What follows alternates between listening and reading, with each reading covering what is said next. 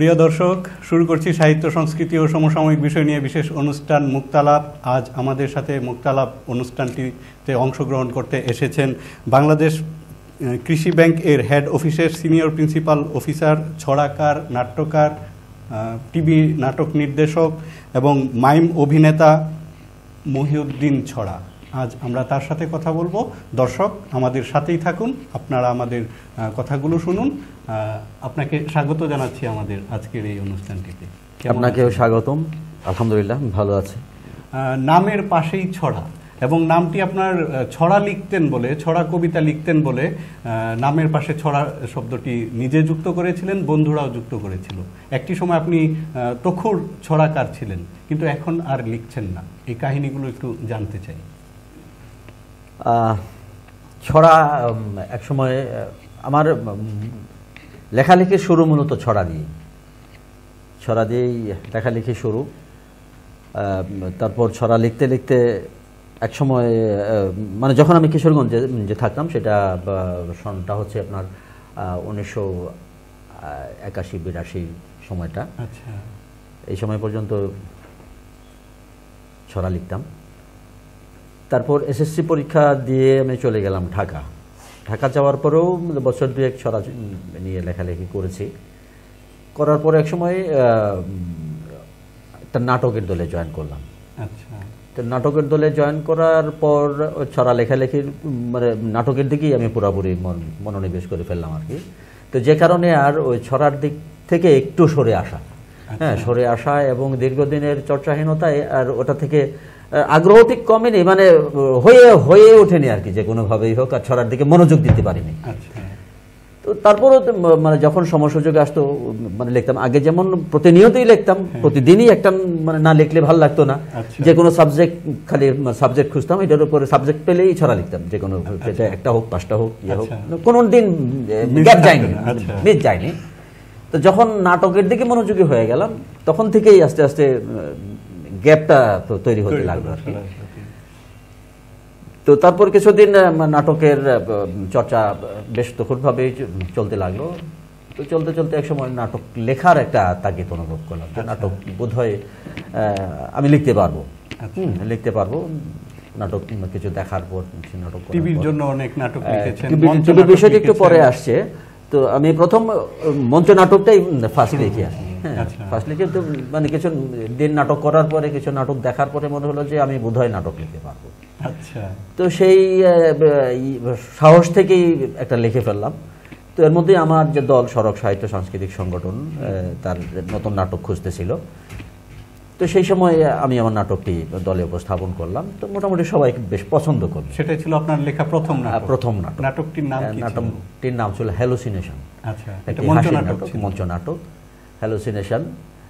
তো এখানে ছড়া নামটা যুক্ত হওয়ার পিছনে নাটকের একটা অবদান রয়েছে।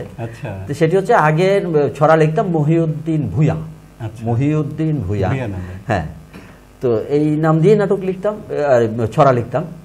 তারপর যখন ঢাকায় চলে গেলাম, ছড়া নামের সাথে ছড়া শব্দটি যুক্ত হয়েছে যখন আপনি ছড়া লেখা ছেড়ে দিচ্ছি তখন। মানে ছেড়ে দিচ্ছি না, তখনও চর্চা অব্যাহত ছিল। ঢাকা যাওয়ার পরে আমি মানে যেহেতু সংস্কৃতির সঙ্গে আমার একটা হৃদয়ের আত্মিক একটা টান রয়েছে, ঢাকা গিয়েও ওই জগৎটাকেই খুঁজে নিলাম। তো একটা আবৃত্তি সংগঠনের সঙ্গে যুক্ত হলাম। তো আবৃত্তি চর্চা করতে করতে দেখা গেল যে আমার নাম মহিউদ্দিন।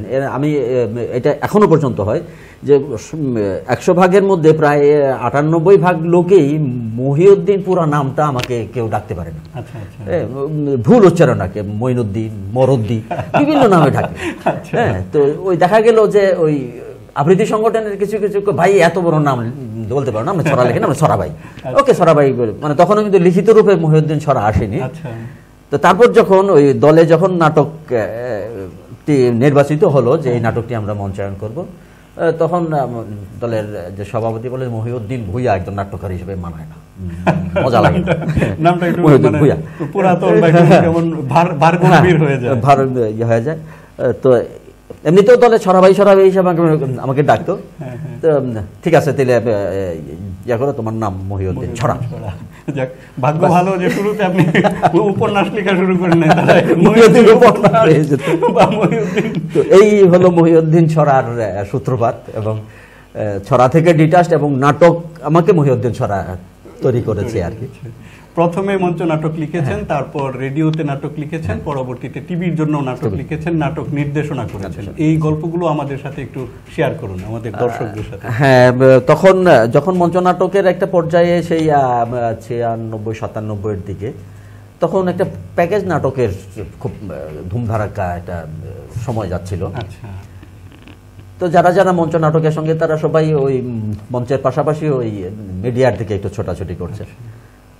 তো ইতিমধ্যে আমি আবার মঞ্চে প্রায় 3-4টা নাটকের নির্দেশনা দিয়েছে। তো মোটামুটি নির্দেশনা, আর ঢাকা যাওয়ার পরেই আমি কিছু কাজ করেছিলাম আমার নিজের জন্য। সেটা হচ্ছে যে আমি ভিডিওগ্রাফির উপর আলিয়াস প্রসেস থেকে কিছু কোর্স করেছি, এবং বিভিন্ন জায়গা থেকে নাটক ডিরেকশনের উপর কিছু কোর্স আমি করেছি। তো যেহেতু পূর্ব অভিজ্ঞতা একটু ছিল, এবং অনেকটা পারিবারিকভাবেও আমি মিডিয়ার সঙ্গে জড়িত, আমার চাচাও এই লাইনের সঙ্গে বেশ ওতপ্রোতভাবে জড়িত, এখনও তিনি কাজ করছেন। তো মোটামুটি তারই একটা প্রভাব আমার মধ্যে এখনো পর্যন্ত রয়ে গেছে, আছে। তো লোকজন বললো যে ছড়া প্যাকেজ নাটক করেন। তো লোকজনের অনেক তাগিদে, মানে দু একজন আবার কিছু আর্থিক সহায়তাও নিয়ে আসলো, যে আমরা আপনাকে আর্থিকভাবে সহায়তা করছি, আপনি নাটক করেন।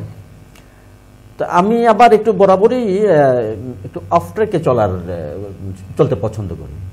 তো অফ ট্র্যাকে চলতে গিয়ে আমি যে নাটকটি লিখলাম, সেটি হচ্ছে একজন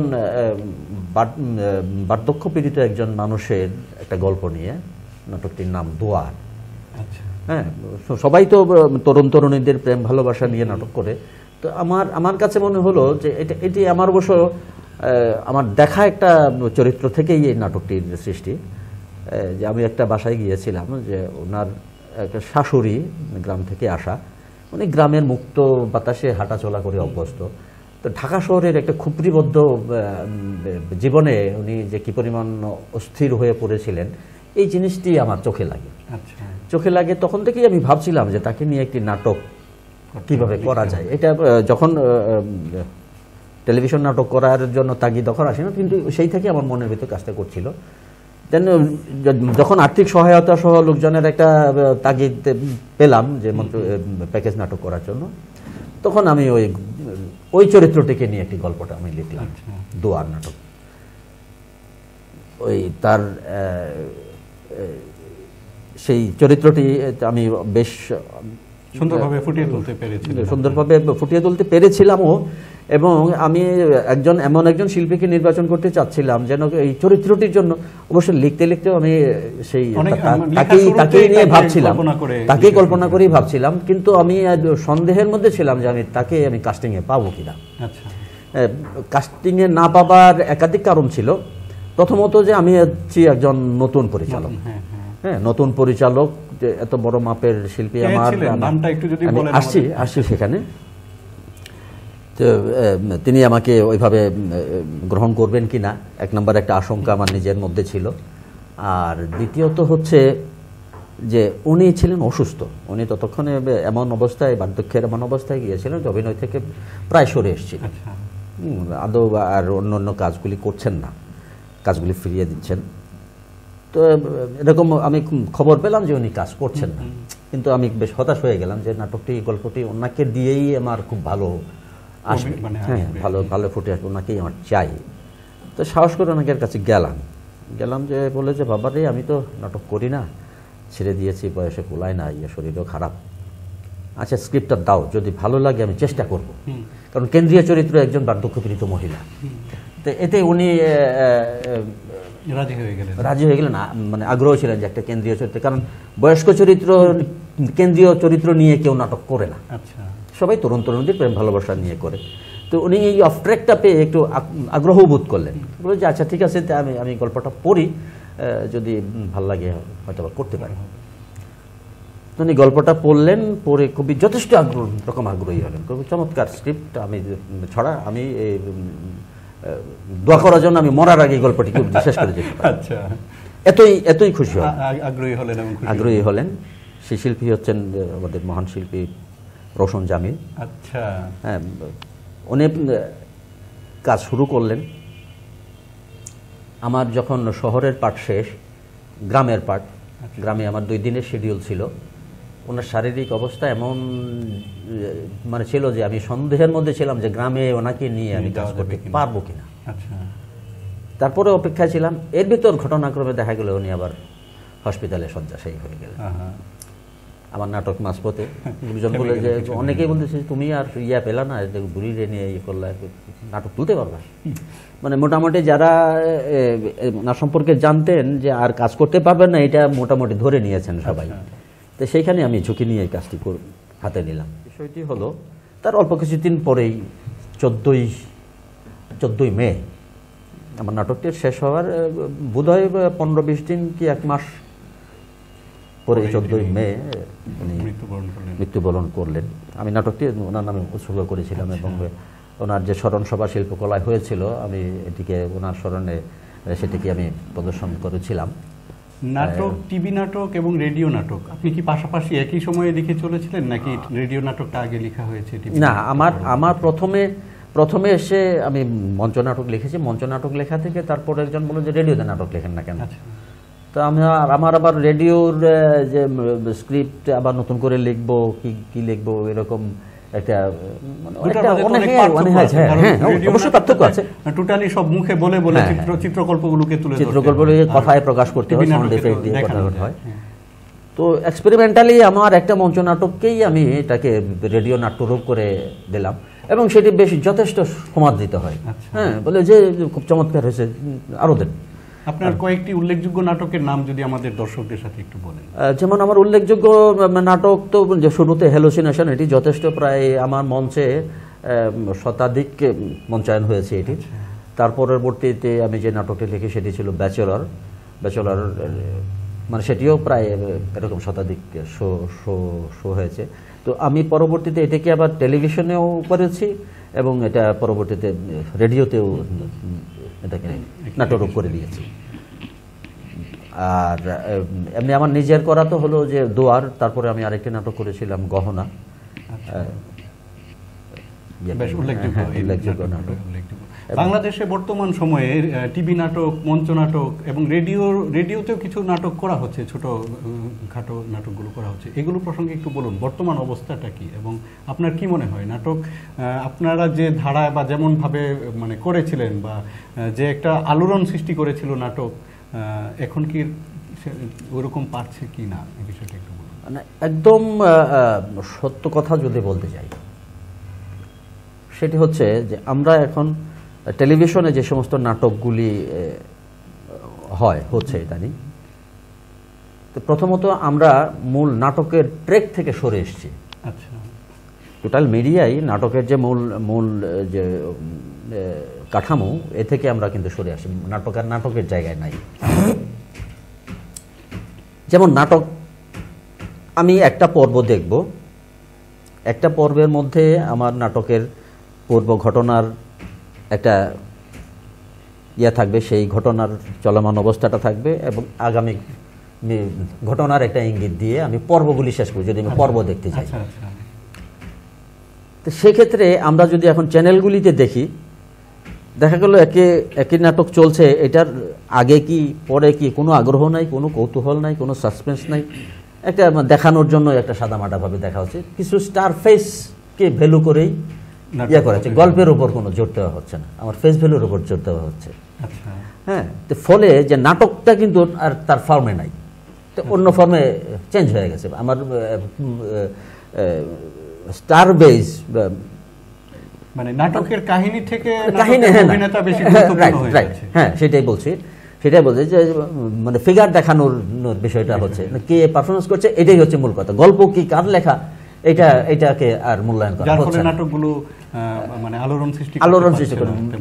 আগে একটা সময় ছিল যে ধারাবাহিক পর্ব, হুমায়ুন আহমেদের নাটক বলেন যে অয়ময় বা বহুব্রীহি, নাটকগুলি সপ্তাহে একদিন হতো।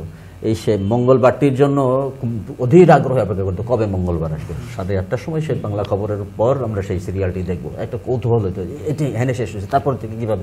আর কোনো কারণে যদি এটা মেস হয়ে যায়, এখন তো পুরনো জিনিস দেখার অনেক মিডিয়া সৃষ্টি হয়েছে, ইউটিউব আছে বিভিন্ন, তখন তখন আর সেই সুযোগটা ছিল না। মিস হয়ে গেলে মানে একটা আহাজারি মনের ভিতরে থেকে গেল, আহারে ওই পর্বটা মিস করলাম। নাটকের এই যে মানুষের মাঝে প্রভাব বিস্তার করতে না পারাটা, এটার জন্য কি এটাও দায়ী যে মানে নাটকগুলোর জন্য এখন আর অপেক্ষা করতে হয় না, যে কোনো মুহূর্তে দেখা যায়, যার ফলে আগ্রহটা কমে গেছে, এটা কি মনে হয় আপনার? হ্যাঁ হ্যাঁ, সেটাও অনেকটা দায়ী। এখন সুযোগ বহুমুখী।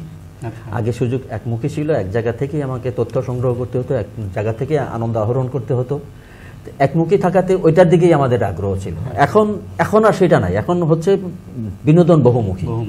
হ্যাঁ, ফলে এই বহুমুখী বিনোদন এবং বহুমুখী সূত্রের কারণে আমাদের অনুভূতিগুলিও কিন্তু আর সুতীক্ষ্ণ নাই। আজকে আমার অনুভূতি এরকম বহুমুখী তথ্যের সূত্র মানে সোর্সের কারণে আমার অনুভূতি সেই লোডটা নিতে পারছে না, ফলে আমার অনুভূতি ভোতা হয়ে গেছে। এখন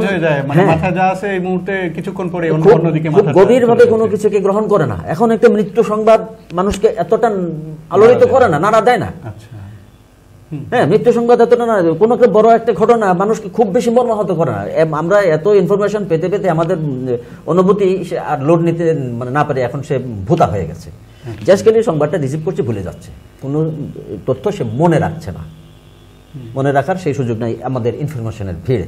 আগে সূত্র ছিল একটা, আমাদের মনোযোগ ছিল একটা, এবং সেটা আমাদের স্মরণে থাকতো। কবে কোন ঘটনা, হুমায়ুন ফরিদি কি অঙ্গভঙ্গি, কি অ্যাটিটিউডটা করছে, সেটা মুখে মুখে চলতো। বাকের ভাইয়ের চাবি ঘুরানো, হ্যাঁ, অদ্যাবধি যারা দেখেছে যারা মানে সেটাকে এখনো এই চাবি ঘুরানো দেখলেই বাকের ভাইয়ের চরিত্র তারা স্পষ্ট বলতে পারে। এখন এই যে হাজার হাজার প্রতিদিন 8টা-10টা করে চ্যানেলের মধ্যে নাটক প্রতিদিন হচ্ছে, একটা অনুকরণীয় কিছু আছে ওইভাবে হয়ে উঠছে না। এটার জন্য কি এই এতগুলো মিডিয়া এবং মানে নাটকের সহজলভ্যতা দায়ী বলে আপনি মনে করেন? হ্যাঁ হ্যাঁ, অনেকটাই। যে আমি ওই যে একটু আগে বললাম যে আমাদের ইনফরমেশনের বহুমুখিতা, আমার গ্রহণের পাত্রটা একটা, আমি চতুর্দিকে ইউটিউব থেকে পাচ্ছি, ফেসবুক থেকে পাচ্ছি, মেসেঞ্জার থেকে পাচ্ছি, হোয়াটসঅ্যাপ থেকে পাচ্ছি, আমি কোনটাকে মনে রাখবো? আপনি নাটক লিখেন, তো নাটক নিয়ে আপনার পরিকল্পনা কি? ভবিষ্যতে কোন ধরনের নাটক আপনি লিখতে চান বা আপনি দেখতে চান, বা যারা এখন লিখছে তাদের জন্য যদি একটু নির্দেশনা দেন, কি ধরনের নাটক মানে আপনি আশা করেন? নাটক এখন আমি আর লিখছি না। আচ্ছা, ইদানিং বেশ অনেক বছর যাবতীয় নাটক লিখছি না। তার কারণগুলি হচ্ছে যে আমি একটু আগে যে মানে বললাম যে নাটক এখন গল্পকে প্রাধান্য দিচ্ছে না, চরিত্রকে প্রাধান্য দিচ্ছে। আচ্ছা। আর এখন আগে যেমন একটা 1 ঘন্টার পর্বগুলি ছিল, এখন 1 ঘন্টার পর্ব খুব কম। আগে সবসময় 1 ঘন্টার একটা পর্ব থাকতো, অথবা ক্ষুদ্র পর্বের ইয়ে ছিল। এখন এই মেগা সিরিয়াল যখন আসলো, তখন কোথায় গেল গল্প, কোথায় কি আর নাটক কোথায়, মানুষ তো যে কারণে তো যে কারণে নাটক থেকে কোনো ইনফরমেশন এখন আর আসছে না, জাস্ট খালি টাইম পাসিং কিছু ভিডিও চিত্র আমরা দেখছি। তো আমি ব্যক্তিগতভাবে মনে করি যে নাটক আসলে সামনে নাটকের জন্য খুবই একটা ক্রান্তিকাল এখনো চলছে, এবং সামনে বোধহয় আরো ইয়ে হচ্ছে, যদি আমরা একটা বৈপ্লবিক পরিবর্তন সবার মাঝে না আসে। নাটক দিয়ে এই পরিবর্তনটা আনার জন্য কি মানে আগের নাটকগুলোর মতো ফিরে যেতে হবে, নাকি অন্যরকম ভাবে কোনো বিপ্লব আনা যেতে পারে? আপনি যদি নির্দেশনা দেন তরুণ নির্মাতা। পিছনে যাবার কোনো সুযোগ নাই। আচ্ছা, আপনাকে যুগের সঙ্গে চলতে হলে পেছনে যাওয়ার কোনো সুযোগ নাই, বরঞ্চ পেছনের অভিজ্ঞতাকে কাজে লাগিয়ে বর্তমান সময়ের সঙ্গে একটা ইনোভেশন তৈরি করতে হবে আপনাকে। আমার বর্তমান যুগকেও নিতে হবে, আবার পিছনের অভিজ্ঞতাকেও এখানে কাজে লাগাইতে হবে। লাগানোর পরে যে জিনিসটা সৃষ্টি হবে তখনই, but what is this I don't know, সেটা আমার ক্ষুদ্র মাথায় মানে আসেনি, কিন্তু বোধ করছি এটা যে এই সংমিশ্রণ ছাড়া আমার কোনো পরিবর্তন বা কোনো বিপ্লব সামনে আনা সম্ভব না। এটুকু আমি বোধ করছি, সেটা আমি জানি না। দর্শক, আপনারা আমাদের কথাগুলো শুনছেন। আমাদের এই আলোচনা আজ আমাদের মাঝে অতিথি হয়ে এসেছেন মহিউদ্দিন ছড়া। তিনি কথা বলছেন নাটক নিয়ে, তার লেখা ছড়া নিয়ে। আপনাদের যদি কথাগুলো ভালো লেগে থাকে তাহলে শেয়ার করে আপনার বন্ধুকে দেখার একটি সুযোগ করে দিন। আমরা কথা বলছি মহিউদ্দিন ছড়ার সাথে। আপনি নাটক লেখা, নাটকে অভিনয়ের পাশাপাশি নতুন আরেকটি কাজ করে যাচ্ছেন, সেটি মুখ অভিনয়। তো মুখ অভিনয় প্রসঙ্গে একটু বলুন। মাইম মূকাভিনয়টা আমি শিখেছিলাম নাটক করার প্রয়োজনেই, মূলত মূকাভিনেতা হওয়ার জন্য কিন্তু আমি আসলে মূকাভিনয়টা শিখিনি। সেটাও প্রায় অনেক বছর আগের কথা। হ্যাঁ, তো শেখা পর্যন্তই ছিল, আমি কোথাও মাইম শো করিনি। তারপরে এক সময় একটা সুযোগ এসেছিল, বাংলাদেশ টেলিভিশনে একটা ম্যাগাজিন অনুষ্ঠানের সংগঠকদের সঙ্গে আমার একটা পরিচয় ঘটলো। তারা রিকোয়েস্ট করলো যে আপনি আমাদের এপিসোডগুলিতে একটি করে মাইম শো করেন। এই তখনই সেটার জন্য ওই এপিসোডে মানে কিছু পাক্ষিক ছিল, সেটা পাক্ষিক ভিত্তিতে মানে কিছু কিছু মূকাভিনয় করেছি।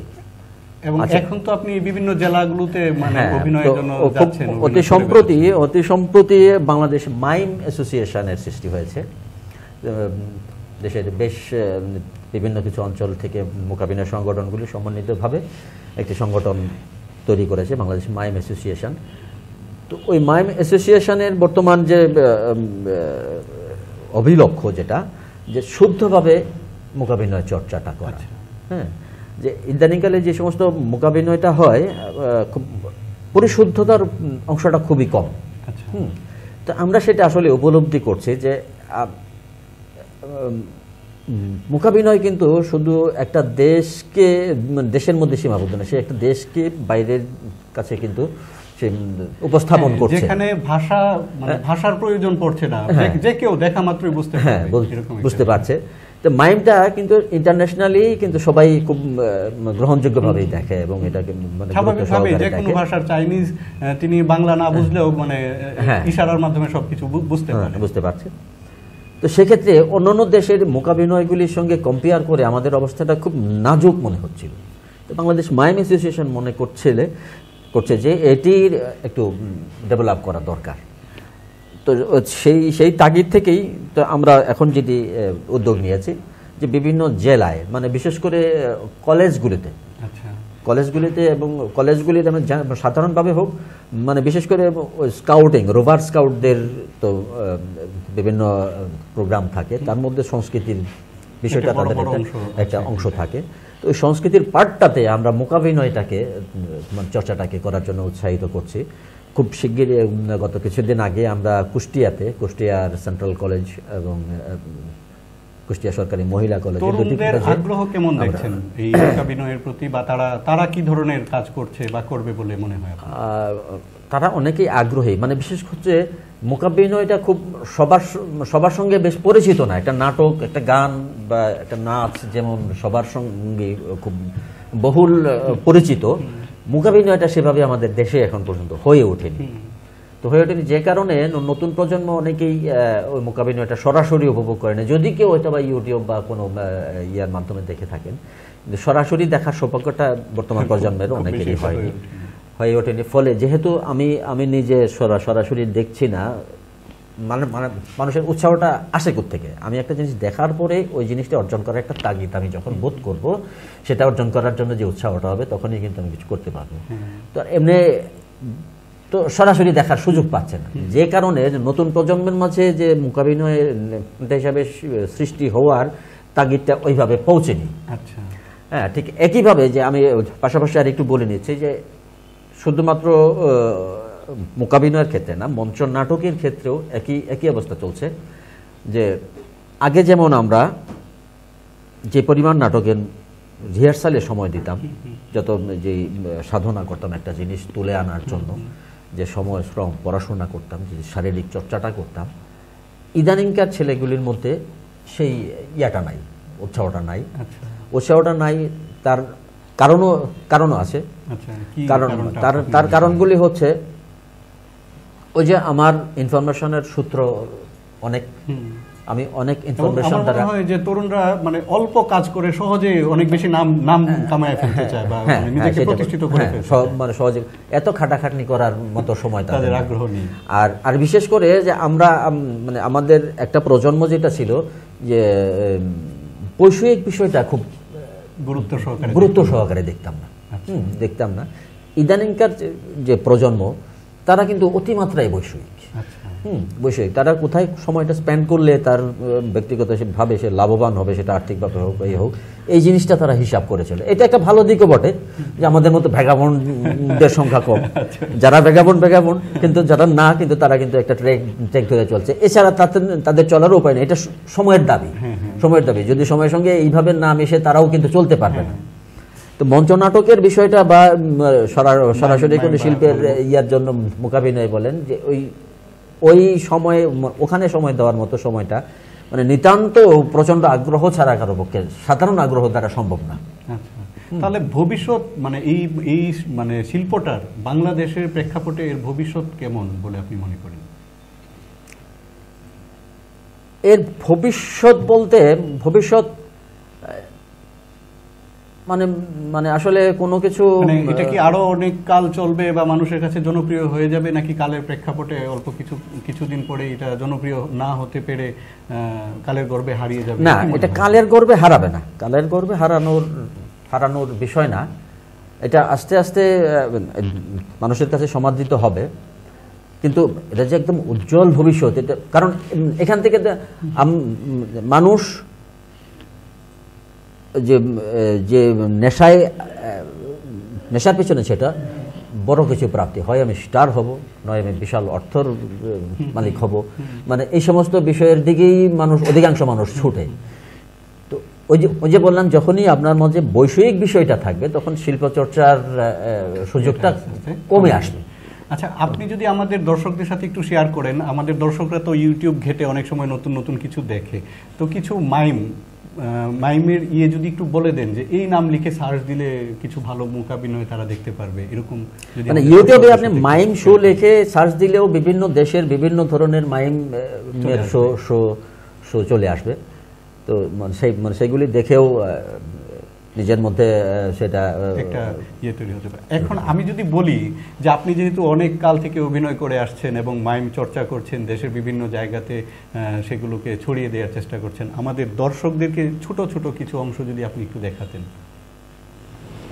কোনো একটি অংশ অভিনয় করে বা মাইমের কিছু একটি অংশ যদি দেখানোর মতো যদি সুযোগ থাকে বা যদি দেখান আর কি।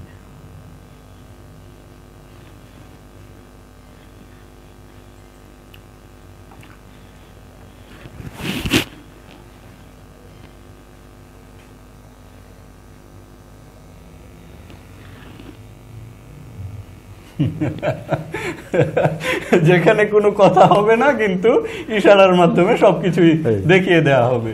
চমৎকার একটি বিষয়। সত্যিকার অর্থে সারা বিশ্ব একটা সময় আমার মনে হয় যে যেহেতু পৃথিবীতে অনেকগুলো ভাষা, অনেকগুলো অঞ্চলে অঞ্চলে বিভিন্ন ভাষা, এক ভাষার মানুষ মুখের কথাটা অন্য ভাষারা বুঝে না, কিন্তু ইশারা সবাই বুঝে। আমার মনে হয় মাইম একটা সময় বেশ মানে দাপটের সাথে সারা পৃথিবীতে মানে কি বলে আলোড়ন সৃষ্টি করবে বা বিস্তার লাভ করবে বলে আমাদেরও বিশ্বাস। জানতে চাই, আপনি একজন মানে ব্যাংকের একটা সিনিয়র অফিসার হিসেবে এই যে মাইম চর্চা করতে যান, সিনিয়র অফিসাররা তো অনেক সময় একটু ভাব ধরে থাকে, মানে নিজেকে গুরু গম্ভীর বোঝাতে চায় যেন সবাই তাকে অন্যরকমভাবে শ্রদ্ধা করে, ভয় করে।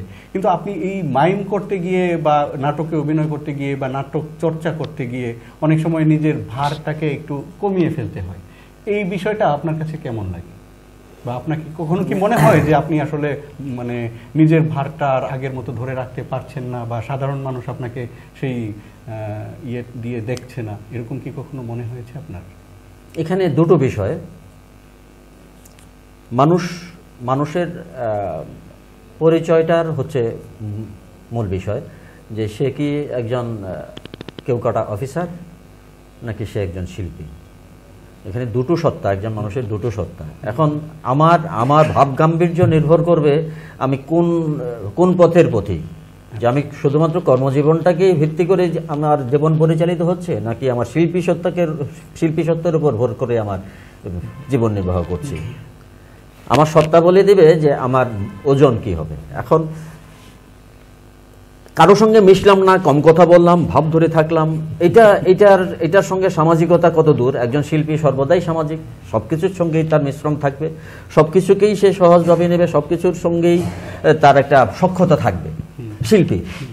আর যখন আমি শিল্পী নই, আমি একজন কেউকাটা, আমি একজন অফিসার, উচ্চপদস্থ অফিসার, আমার আমার জীবন সত্তার উপর নির্ভর করবে যে আমার আচরণ কি হবে। এখানে ওজনের বিষয়টা যে আমি একজনের সঙ্গে একজন নিচু শ্রেণীর মানুষের সঙ্গে ভালোভাবে মানে হেসে কথা বললে যে আমার ওজন কমে যাবে সেটা ঠিক না। আমি মানুষের কতটা কাছাকাছি আসতে পারলাম, কতটা মানুষের হৃদয়কে অনুভব করতে পারলাম, সেটা হচ্ছে আমার শিল্পী সত্তার সার্থকতা। হ্যাঁ, এখন আমি আমি সাধারণ মানুষ থেকে ডিটাচ থেকে আমি আমার ব্যক্তিত্বকে আমি একটা মানুষের ধরাছোঁয়ার বাইরে রেখে দিলাম, এটাকে আমি জীবন বলি না।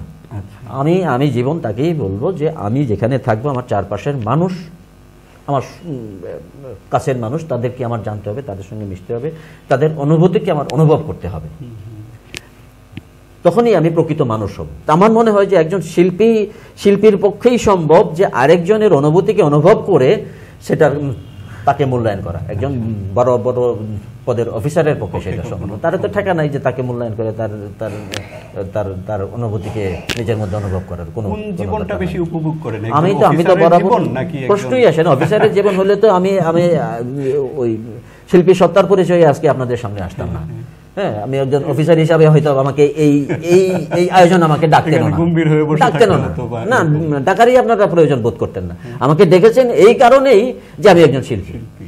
আমাকে কিন্তু ব্যাংকার হিসাবে যে হ্যাঁ বলেন ব্যাংকের ডেবিট ক্রেডিট দিয়ে বলেন যে বলেন হ্যাঁ আপনি ব্যাংকের জন্য কি কি উন্নয়ন করতে যাচ্ছেন, সেটা একটা অর্থনৈতিক টকশোর বিষয় হতে পারে। বাট এই শিল্প সাহিত্যের এই আয়োজনে সেরকম লোকের ইয়া না। খুবই চমৎকার করে আপনি কথাগুলো বলেছেন। আমার মনে হয় আমাদের দর্শকদের কাছে আপনার এই কথাগুলো বেশ ভালো লাগবে, যারা শিল্প এবং সংস্কৃতিকে মন থেকে অন্তরে ধারণ করে। আপনি অনেকগুলো প্রতিভার অধিকারী সত্যিকার অর্থে। আপনি মানে একজন ভালো ফটোগ্রাফার, পাশাপাশি ভিডিও ডকুমেন্টারি তৈরি করেছেন বেশ কিছু। সুন্দরবনকে নিয়ে কিছুদিন আগে একটি চমৎকার ডকুমেন্টারি তৈরি করেছেন, এই বিষয়গুলি নিয়ে একটু বলুন। আসলে ওই যে বললাম যে আমার একটা পারিবারিক সূত্র থেকেই একটা মিডিয়ার সঙ্গে টাচ। তো এখন যেহেতু টেলিভিশন চ্যানেলে আমার মানে পেশাগত কারণেই অন্যান্য সাধারণ মিডিয়া কর্মীর মতো শতভাগ সময় আমি মিডিয়াতে দিতে পারি না। আমার চাকরির ফাঁকে ফাঁকে অবসরকে বাছাই করে আমি মিডিয়াতে সময়গুলি দেই। তো এখন সেটা করতে গিয়ে দেখা গেল যে আমি বর্তমান যে চ্যানেলগুলির সঙ্গে আমি সরাসরি কাজ করার সুযোগ আমার হয়ে ওঠে না। তো যে কারণে আমার একটা ইউটিউব চ্যানেল আছে, সেটার জন্য আমি বিভিন্ন বিষয়ের উপর ডকুমেন্টারিগুলি জাস্ট আমার যে শেখাগুলি, যে আমি তো মিডিয়ার উপর বিভিন্ন ধরনের কোর্স আমি করেছি, আমার সেই শিক্ষাগুলির চর্চাটাকে অব্যাহত রাখার জন্য আমি নিজের তাগিদেই কিছু কিছু জিনিস আমি তৈরি করি, আমি ইউটিউব চ্যানেলে ছাড়ি বা ইয়ে করি, এই কাজগুলি করে যাচ্ছি। গত কিছুদিন আগে আমরা সুন্দরবনে গেলাম, প্রায় 5 দিন ব্যাপী সুন্দরবনের বিভিন্ন অঞ্চলে ঘুরেছি। সেখানে আমি একজন মানে 2-3 জন জলদস্যুরও সাক্ষাৎকার নিয়েছি। তারা একসময় দস্যুতা করতো এবং তারা বর্তমানে সেখান থেকে ফিরে এসছে, এবং তাদের অনুভূতিগুলি জলদস্যু থাকাকালীন সময়ে তাদের মানসিক অবস্থাটা কেমন ছিল, যে একজনের সম্পদ কেড়ে নিচ্ছে বা একজনের সঙ্গে জুলুম করছে, তখন তারা তাদেরকে কীরকম মানসিকতায় দেখতো, আর এখন ছেড়ে দেওয়ার পর একজন সাধারণ মানুষের সঙ্গে মিশার পর তাদের অনুভূতিগুলি কেমন হচ্ছে, বা সাধারণ মানুষ তাদেরকে কিভাবে নিচ্ছে, এই অনুভূতিগুলি নিয়ে ছোট ছোট অনুভূতিগুলি নিয়ে আমি কিছু কাজ করেছি। আবার সুন্দরবন ভ্রমণের আরেকটা বিষয় আছে যে গাছের যে মানে কিছু বিষয় আছে। সব গাছের পাতা আপনি ছিঁড়তে পারবেন না, ছিঁড়লে মানে কিছু কিছু গাছের কষ আপনাকে ক্ষতিগ্রস্ত করবে। সেই সমস্ত গাছের নিচের উপরও আমি কিছু কাজ করেছি, যে অর্থাৎ সুন্দরবনে গেলে কোনো কিছু পাতা টাতা ছেঁড়াটা না করাই ভালো, কারণ কোন গাছের পাতার কষ আপনাকে ক্ষতির কারণ হবে। এই বিষয়গুলো আপনি আপনার ডকুমেন্টারিতে তুলে ধরার চেষ্টা করেছি। এবং আপনি মানে এগুলোর পাশাপাশি আপনি একজন সৃজনশীল মানে বেশ কিছু সৃজনশীল কাজ আপনি করেছেন, যে আপনার বিছানাকে ভাঁজ করে রাখার জন্য এক ধরনের অদ্ভুত বিছানা তৈরি করেছেন, একটা সুটকেসের মতো মোটরসাইকেল তৈরি করেছেন যেটা রাস্তাতে পাশাপাশি ঘরেও রাখা যায়, মানে ছোট করে মনে হয় যে একটা সুটকেসের মতো। এই বিষয়গুলো নিয়ে একটু বলুন, এবং কবে থেকে এই ধরনের কাজগুলো আপনি শুরু করেছেন? এই সমস্ত কাজগুলি হচ্ছে কিন্তু আমার মঞ্চনাটক শুরুর যখন করেছি, মঞ্চনাটক থেকেই কিন্তু আমার এই সমস্ত জিনিসগুলির প্রতি আগ্রহ। কারণ মঞ্চনাটক হচ্ছে সকল কলার সমাহার হচ্ছে নাটক। আপনি সঙ্গীত বলেন, সঙ্গীত পাঠটা নিয়ে থাকেন, নৃত্য বলেন, নৃত্য পাঠটা নিয়ে থাকেন। তো নাটক এমন একটা বিষয়, এর মধ্যে আপনার ডাক্তারি বিদ্যাও কাজে লাগছে, ধর্মীয় বিদ্যাকেও কাজে লাগাতে হচ্ছে, নৃত্যকলাকেও কাজে লাগাতে হচ্ছে, চারুশিল্পীকেও কাজে লাগাতে হচ্ছে, সমস্ত কলার সমাহার হচ্ছে নাটক। তো ওই নাটকের বিভিন্ন মঞ্চের সেটের কাজ করতে গিয়ে আমার কাছে মনে হলো যে, এবং সবচেয়ে মজা লাগতো কি যে এই কাজগুলি নিজেদের করতে হতো। একটা সেট বানানো, নিজেরাই কাট টাট কেটে করতে হতো। সেই থেকেই ওই সমস্ত জিনিস তৈরির মানে বিষয়টা হয়ে গেল। আর ইনোভেশনের বিষয়টা হচ্ছে যে ওই সাধারণ প্রস্তুত প্রণালীর মধ্যে নিজস্ব চিন্তাকে করে একটা নতুন একটা জিনিস তৈরি করাই হচ্ছে ইনোভেশন। আর ইনোভেশনটা চাইলে যে কেউ করতে পারে, সুস্থ মস্তিষ্কের সাধারণ চিন্তার অধিকারী যে কেউ কিন্তু মানে ইনোভেশন করতে পারে, যদি তার বিশ্লেষণ ক্ষমতাটা তার নিজের থাকে।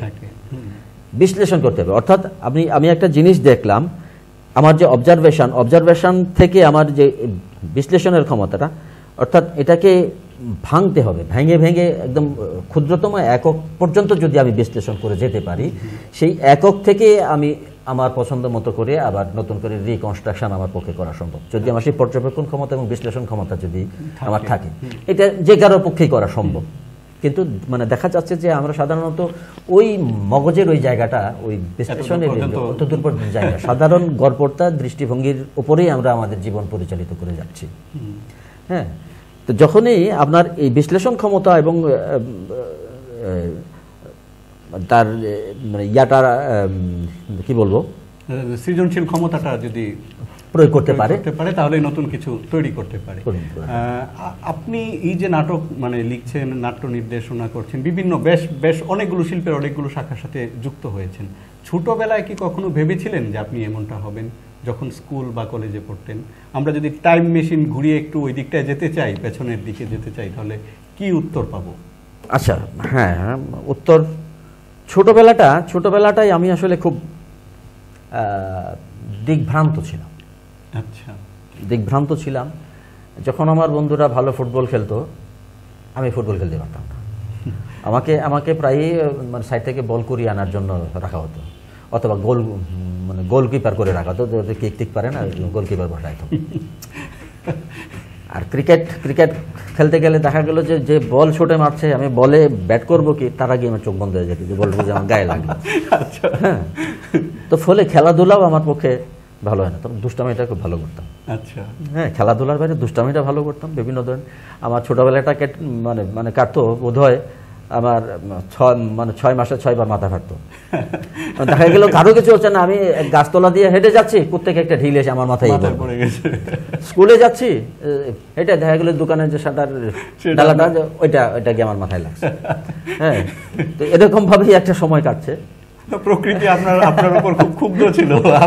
আপনি প্রকৃতির সাথে এতটাই অবিচার করেছেন ছোটবেলায় যে প্রকৃতি আপনার উপর। আমার সবচেয়ে মানে মজার বিষয় ছিল, তখন ছোট সময় টেলিভিশনে টারজান একটা সিরিজ চলত। যে বললাম খুব দুষ্টমিতে খুব পারদর্শী ছিলাম। তো আমাদের বাসার এখানে একটা বড় একটা করই গাছ ছিল, অনেক বড় বড় ডাল। তো ওর মধ্যে রশি ফেলে টারজানের আফ্রিকার জঙ্গল তৈরি করতাম। ছোট ছোট এরা ঝুল দিয়ে একটা থেকে আরেকটা ধরতাম। তো এই কাজের মধ্যে আমি এক্সপার্ট ছিলাম। তো একদিন দেখা গেল কি যে আমাদের এই খেলা দেখার জন্য প্রচুর দর্শক জমে গেল। আচ্ছা, হ্যাঁ, জমে গেল। তো তখন আমিও খুব জোশ পেয়ে গেলাম। তো আগে তো একটা ঝোল দিয়ে গিয়ে ওইটার কাছে গিয়ে ওইটা ধরে তারপর এটা ছাড়তাম, এদিকে যাইতাম। তো ওই দিন করলাম কি একটু কেরেশমাতি দেখানোর জন্য এটা ছেড়ে দিলাম, ছেড়ে দিয়ে শূন্য থেকে ওইটা ধরতে গেলাম। হ্যাঁ, তো বড় করে ঝোল দেওয়ার পরে ওইটা ছেড়ে দেওয়ার পরে মানে আমি দিগ্ভ্রান্ত হয়ে গেলাম, ওইটাও ধরতে পারতেছেন। দেখা গেল যে আমি অটোমেটিক নিচে মাথা ঘুরে গেছে, তারপর কোথায় যাচ্ছি আর কখনো উপরে যাচ্ছে না, নিচে পরে আমার এই হাতটা ভেঙে গেল। তো এরকম ভাবেই সময় কেটেছে। তো যাওয়ার পর মোটামুটি যখন আমি এসএসসি লেভেলে আসছি, তখন ওই জাহাঙ্গীর আলম জাহানের সান্নিধ্যে আসলাম। তো উনি ছড়া লেখেন এখনো। তো করতাম কি, একটা ওই 4 লাইন 6 লাইনের ছড়া লিখে ওনাকে দেখার জন্য যে ভাই ছড়া হয়েছে, কিন্তু উনি আবার এটা একটু পরিপক্ক ছন্দে রূপান্তরিত করে দিতেন। হ্যাঁ, যে তখন আমার মনে হলো আরে তাই তো, এটা তো আমিও পারতাম। হ্যাঁ, তো এইভাবে উনি খুব চমৎকারভাবে আমার লাইনটাকে একটু এদিক সেদিক করে একটা সুন্দর, এই আমাকে মানে ছন্দ সমৃদ্ধ করার অবদানটা কিন্তু জাহাঙ্গীর আলম জাহানের। আচ্ছা, হ্যাঁ, এইভাবেই পরবর্তীতে হ্যাঁ এভাবেই আমার মোটামুটি। আর তার আগে অবশ্য ওই মানে বাজারে বাস, গরু খায় ঘাস ইত্যাদি জাতীয় মানে আস্তে আস্তে পরে দেখলাম যে না, এটার মধ্যে আমাকে ছড়া শুধুমাত্র ছন্দ মিলানোই ছড়া বা কবিতা না, এর মধ্যে একটা ভাব থাকতে হবে, বক্তব্য থাকতে হবে, আমার মেসেজ থাকতে হবে। এইগুলি বিভিন্ন ওই তৎকালীন সমসাময়িকের সিনিয়র ছড়াকার যারা লেখালেখি করতেন তাদের সামনেতে আসার পরে আস্তে আস্তে সময় আমরা পার করছিলাম, কিন্তু এখন আমাদের ঘড়ির কাঁটা জানিয়ে দিচ্ছে যে আমাদের আর বেশিক্ষণ আড্ডা দেওয়া যাবে না, আমাদেরকে বিদায় নিতে হবে। প্রিয় দর্শক, আপনারা দেখছিলেন মুক্ত আলাপ অনুষ্ঠানটি। আজকে আমাদের মাঝে যিনি অতিথি হয়ে এসেছেন তিনি তার জীবনের অভিজ্ঞতা দিয়ে অনেক চমৎকার বিষয়গুলো আমাদের সাথে শেয়ার করেছেন। আপনাদের ভালো লাগাতেই আমাদের সার্থকতা। আমি বিদায় নিচ্ছি, কিন্তু আমাদের দর্শক, আমাদের অতিথি বিদায় নিবে, পাশাপাশি একটি গানের মাধ্যমে আমরা আমাদের আজকের এই অনুষ্ঠানটি শেষ করতে চাই। আমাদের দর্শকদের কাছ থেকে বিদায় নেবেন, তারপর একটি গান শুনে আমাদের অনুষ্ঠানটি শেষ করব। ধন্যবাদ এতক্ষণ ধৈর্য ধরে আমাদের এই অনুষ্ঠান দেখার জন্য। তো যদিও গানের কথা বলেছেন, আমি গানের শিল্পী নই, কিন্তু নাটকের প্রয়োজনে আমাকে গান গাইতে হতো, সেই সূত্র থেকেই এই যে উপস্থাপকের অনুরোধে গানের অল্প একটু লাইন আমি গাচ্ছি। আমার বন্ধু যদি হইতো সোনা,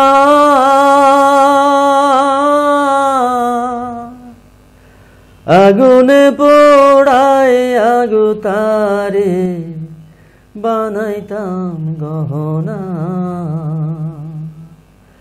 আমার বন্ধু যদি হইতো সোনা,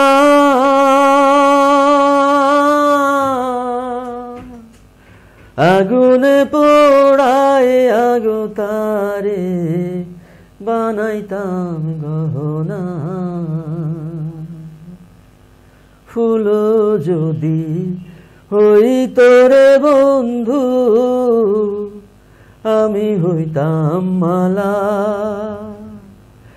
অঙ্গেতে জড়াইয়ার তারে, অঙ্গেতে জড়াইয়ার তারে, ভুলতাম মনের জ্বালা রে বন্ধু, ভুলতাম মনের জ্বালা। ধন্যবাদ। চমৎকার একটি বেলা কাটলো আমাদের।